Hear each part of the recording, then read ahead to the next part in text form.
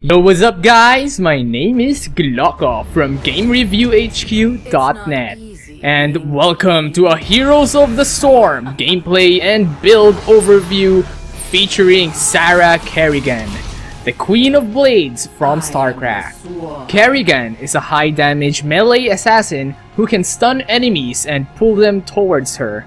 She also gains a temporary shield whenever she attacks or uses her abilities.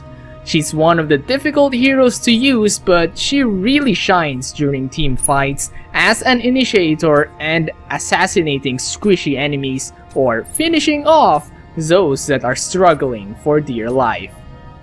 Let's go over her abilities first. Her Q is Ravage that allows her to leap to a target and deal damage. If this kills the target, its cooldown is instantly reset. So use this skill when trying to chase down a target or to finish them off. This also works really well when ganking enemies or when you want to go in team fights and concentrate on disabling a specific enemy hero.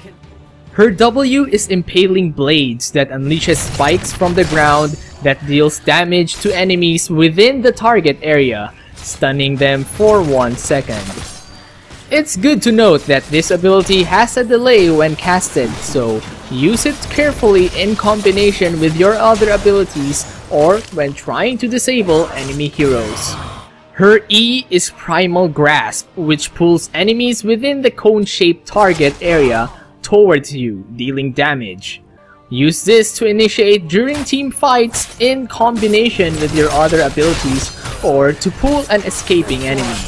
A good combination to this skill is casting Impaling Blades first and using Primal Grasp to pull them towards the spikes. Her R or ultimate ability can be Summon Ultralisk or Maelstrom. Summon Ultralisk allows Kerrigan to call out her massive Ultralisk that could attack targets and do splash damage. Use this ability if you want to concentrate on a specific target or if you want to deal damage to enemies while keeping distance. The Ultralisk can be killed, however.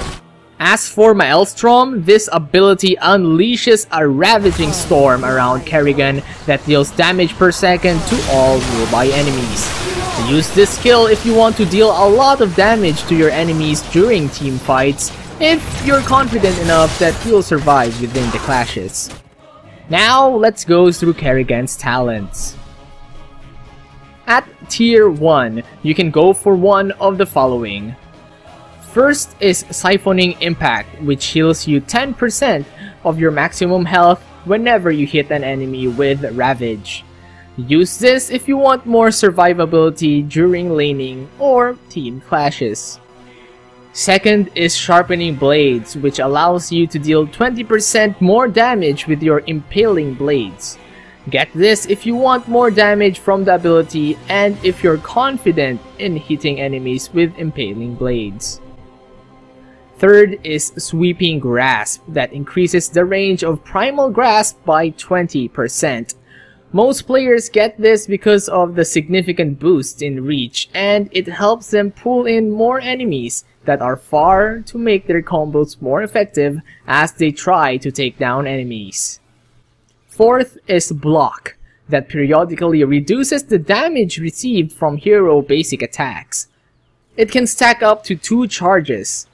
Take this if you want more survivability and if your enemies have a high basic damage output. And fifth is Seasoned Marksman, which gives you 1 bonus basic attack damage for every 6 minions or heroes killed near you. An enemy takedown counts as 2 kills. This effect stacks, so get this talent if you want more DPS during the later parts of the game. At Tier 2, you can go for the following. First is Focused Attack, which periodically adds 50% damage to your basic attack every 10 seconds. The cooldown is reduced by 1 second every time you do a basic attack. Get this talent if you want more DPS and if you want to be a lane bully. Second is Fury of the Swarm, which allows Kerrigan's basic attacks to deal splash damage around her. Get this if you want to clear out lanes faster or to deal more DPS during team fights. Third is Clean Kill, which returns 100% of the mana cost of Ravage if it kills a target. Get this if you're confident in assassinating enemies with Ravage. Fourth is Psionic Pulse, which deals AoE damage around Kerrigan after using Primal Grasp. Get this if you want to deal more burst damage. And fifth is Envenom, which deals a huge amount of damage to a single target as damage over time. Lots of players prefer this for its damage output. Use this to damage a specific target or as a finisher to dying enemies. At tier 3, you can go for the following. First is Battle Momentum, which reduces the cooldowns of your abilities each time you land a basic attack. Get this if you want to spam your skills, but I won't recommend this too much due to the mana cost of Kerrigan's abilities and her low mana supply. Second is Impaling Swarm, that allows Kerrigan to spawn 2 Zerglings whenever she uses Impaling Blades. Get this if you want to clean out lanes faster or destroy structures with the help of these little fellas. Third is Adaptation, which allows you to use Ravage to jump onto allies. A lot of players prefer this because it allows Kerrigan to perform quick escapes or allows her to support allies quickly when taking down or chasing enemies. Fourth is Searing Strike, which increases her attack damage to 50% for 5 seconds when activated. Use this if you want more DPS when harassing or taking down enemies or structures. At tier 4, you can now unlock your ultimate skill. You can choose one of 2 for Kerrigan. First is Maelstrom and the second is Summon Ultralisk. At tier 5, you can get the following. First is Lingering Essence, that increases the duration of your Assimilation Shield by 12 seconds. Get this if you want more sustain as an aggressive hero. Second is Eviscerate, which increases the range of Ravage by 25%. Get this to get the chance to assassinate enemies from afar or when chasing them. Also works handy as an escape method.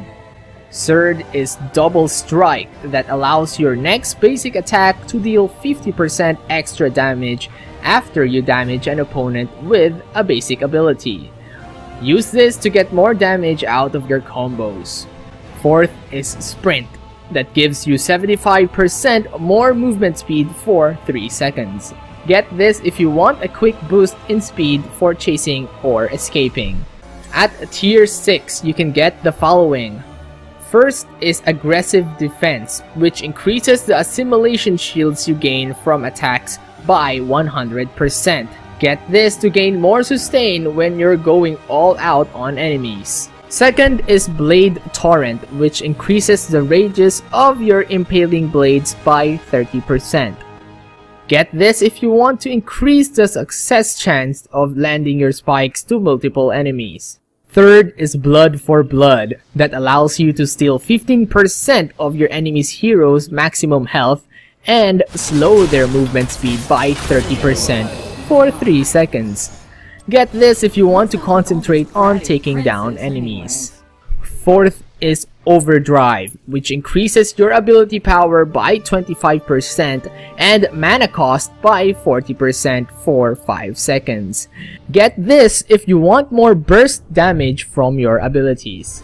And lastly, at tier 7, you can get the following. First is Omega Strom, which is only available if you have Maelstrom. It increases your Maelstrom size by 25% and also boosts your assimilation shield generation to 100%. Second is Tarask, which is only available if you have Summon Ultralisk.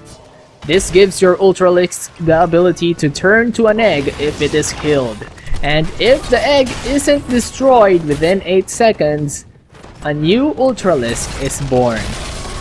This can only occur once every Ultralisk. Third is Nexus Blade, which allows you to deal 20% more damage and slows the target for 1 second. Get this if you want more damage output. And last is Bolt of the Storm, which gives you the ability to teleport instantly in a short distance. Get this talent if you want to be able to make quick escapes or if you want to chase down an enemy. Now let's go over to Kerrigan's playstyle. We're in the game mode called Tomb of the Spider Queen, where your objective is to kill enemy spiders and heroes in order to gather gems for your team. You then offer these gems to the spider egg, and when you get enough gems, you'll be able to summon the web weavers to help you destroy the enemy base.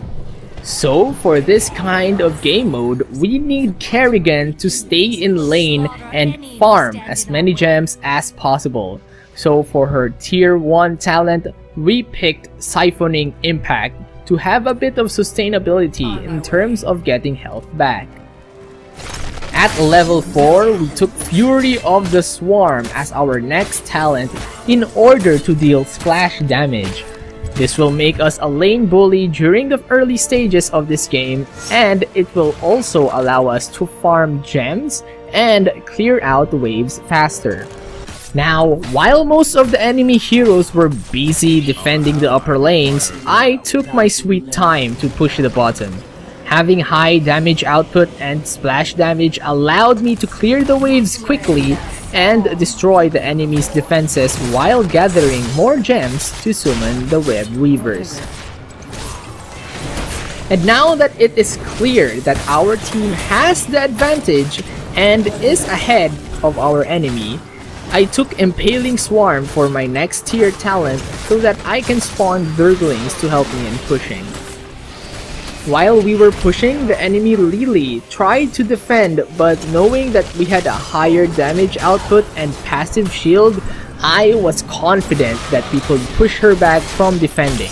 So I tried harassing her with my skills and basic attacks, which proved to be effective in dealing damage to her. And true enough, I was able to push her back and was able to destroy another turret. At level 10, we went for Summon Ultralisk so we could gain more pushing power and so that we can deal damage to enemies even from afar. Our team was way ahead, so our main priority was to destroy more of their base instead of killing more heroes. As we were pushing, some enemy heroes went to defend, so I quickly took out my Ultralisk to help in taking down the defenders. After defeating the enemy, Tyrael, I focused my Ultralisk in destroying the enemy turret. Shortly after, we clashed again, and this time I went in the middle of the fight with Ravage, taking down one of them. I quickly casted my Impaling Blades on the enemy ETC and the Sylvana and tried to keep the pressure on them for as long as I could. We eventually took down the enemy ETC as well as their defenses. Now, with the help of the Web Weaver, we continued to push, and as the enemy team tried to defend, I unleashed my Ultralisk again to help in taking down the defenders and their defenses. Our team eventually destroyed the turrets, and I took Eviscerate as my next tier talent to gain more damage and to ravage my enemies from afar, if ever I had the chance. Shortly after, the enemy returns to defend. Now I had low HP at this point, but taking into consideration that I can get 10% of my health back using Ravage, I quickly casted it on the enemy support hero, Lily, and pushed her back, preventing her from supporting her teammates. This allowed us to take down one of their heroes. We then decided to take a boss mercenary, and in order to take it down quickly, I summoned my Ultralisk to help. We clashed again in the Egg Altar, and I concentrated in attacking their Tyrael, unleashing my Q plus W plus E combo on him. They were outnumbered, so they weren't able to do much to us. So in this part, we see the enemy Lily trying to escape. So I unleashed my combo to her as well and took her down. At this point, our team was so way ahead that we won all the succeeding clashes and were able to take out the enemies whenever we encountered them. We kept pushing and tried to zone out and nitpick any enemy that tried to defend. We were even able to take down a lot of our enemies, even though they had a web weaver to help them. During our final push, I was able to zone out the Lily and Sylvanas all by myself, using my skills and the Ultralisk that kept attacking them, which pushed them right back to their base. And seeing that I had enough gems, I summoned our web weaver to try and end the game. Now, with the help of the web weaver, some mercenaries, and our whole team pushing, it was pretty much GG for the enemy team at this point. I tried playing around with the Lily until we destroyed their core and secured our victory. And that's how you play as Kerrigan. Let's go for her pros and cons. Let's start with the cons. Now, despite her damage output, she usually has the disadvantage during 1v1 duels because of her low skill cooldowns and her slow attack speed. She's also a squishy target, especially without her assimilation shields, so most enemies will target her right away if she gets out of position. It's also tricky to time her abilities right in order to hit your targets because of the delay and limited reach those abilities have. And her abilities also have a lot of mana cost, and she doesn't even have too much mana to begin with. So it will prove as a challenge for aggressive players to time her cooldowns, time her skills, and to keep her mana in check. You'll probably be returning to the fountain a few times playing as her. Now for the pros. Kerrigan shines the brightest during team fights, nitpicking the squishy heroes first or disabling key targets. So as long as her teammates manages to keep the other enemies busy, she can deal a lot of damage to her special targets. The player has to do a good job in gathering assimilation shields and landing ability combos to make her really effective. She can either be a finisher to weaken enemies or even initiate for her team with her stun and grab. So I highly recommend Kerrigan for those players who enjoys being a high damage output hero, for those who are confident in landing ability combos, and for those who likes playing aggressively during team fights. So ravage your enemies and stop them dead on their tracks. Unleash the raw power of the heart of the swarm. And that's it for this hero overview. I am Glocko from GameReviewHQ.net, signing off.